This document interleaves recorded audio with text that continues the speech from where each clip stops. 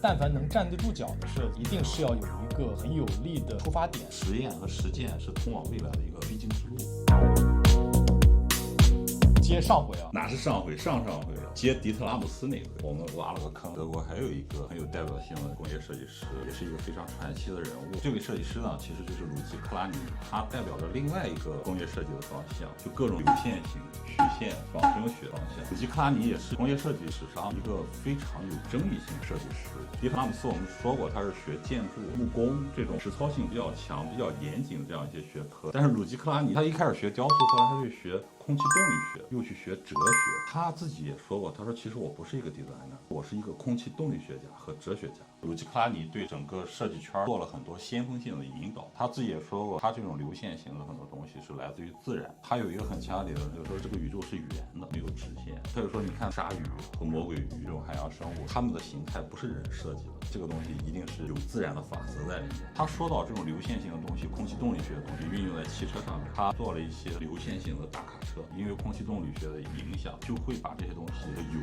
耗降低40%。不光是我们看到它那个夸张的外形，它其实还是有功能性上的这样的一些提升。造型只是从它的一个理论延伸出来的东西。它给宝马做了一个单体车，比如说我们现在开的这种车，它里面是有框架的，然后外面再包个壳，但是这种单体车可能就是一个玻璃纤维的壳，这种东西就是轻量化。单体的它的承受力听说是来自于鸡蛋一个原壳。如果说你均匀的像一个蛋壳施加压力的话，一个60克的鸡蛋可能能承受起30公斤的重量。它还有一个非常有名的、比较现实，也可以说是量产的一个非常成功的产品，就是佳能的 P90相机。这个相机呢，可以说奠定了现在所有单反相机一个雏形。它当时就引入了人机工程学，握持更方便、更稳定，这样可以增加你的食指和拇指的操控性。好像克拉尼跟你还有点渊源。嗨，只是上过他的课而已。你是他的门徒吗？不是，绝对不是。你看我长得圆吗？我身上也没有直线，是吧？我看过一篇报道，克拉尼也问过关于建筑方面的一些东西。他当时比较认可一个建筑师，就是叫圣地亚哥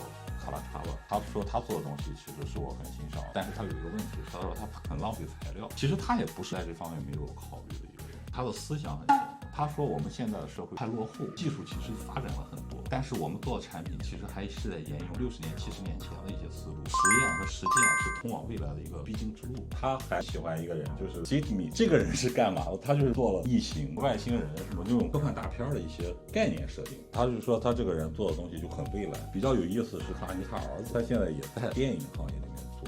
好像做的也是相关的，这感觉更 make sense， 更 make sense。就是他们这种想象力啊，这种天马行空的创造力，好像在电影工业这个造梦工厂可能更贴合。克拉尼他为什么有这么大争议？我觉得有一个很有意思的点，就在于他所从事的这个行业是设计行业，但是呢，他的这个作品的展示给人的感觉呢，更像是一件艺术品。其实我觉得他自己并没有在困惑这个问题，没必要去定义他，我们只看到他给这个行业带来一些贡献和影响就可以了。我觉得鲁吉·克拉尼他受争议一个点，是因为他这个人的个性非常的突出，他就是非常笃定自己那一套。他自己曾经也说，这个世界上很多人都在 copy 我的思路和我的思想，可能这一点会引起大家不适的那种感觉。我还想介绍一位很喜欢的一位设计师托马斯·赫斯维克，他其实本身是学单维设计，他有这样的一个理论背景的一个专业知识。大家熟知的就是他做的那个陀螺椅，那个椅子其实是在很多的公共建筑啊、公共的场所都是被广泛使用的。后来他开始慢慢的深入到建筑行业，设计2010年的上海世博会英国馆。他概念是说，一切就是从万物的本源出发，就是种子。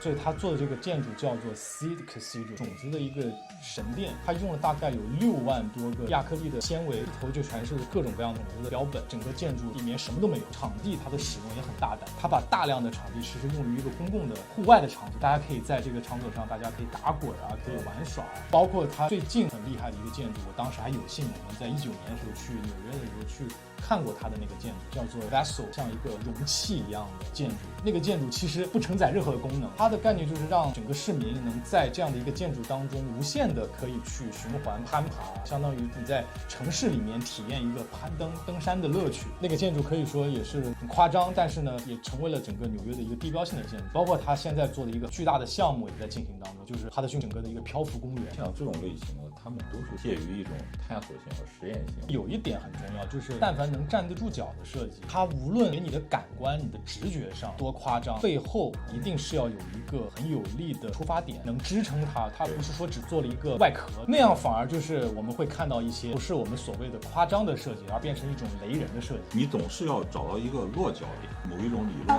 或某一种设想，或者你的一种对未来的一种预见，总得有一个想法去发展这个设计，而不是说凭空捏造出来一个东西。无论是设计啊，还是艺术啊，似乎都是可以见到这样的一些现象或者规律。返回到艺术，比如说绘画艺术，比较久远的时代之前，画家都是做电子画、肖像给绘图。你也说他画很现实，在当下那个时代完成了一个任务，然后也做了一个很好的呈现。但是绘画这个东西也在不停的往前发展，总有人去打破一个常规，去尝试一些新的东西，或者迸发出一种新的思想。老王最近对绘画比较有体会了，体会是一直都有，怎么还要最近有体会？最近特别有体会。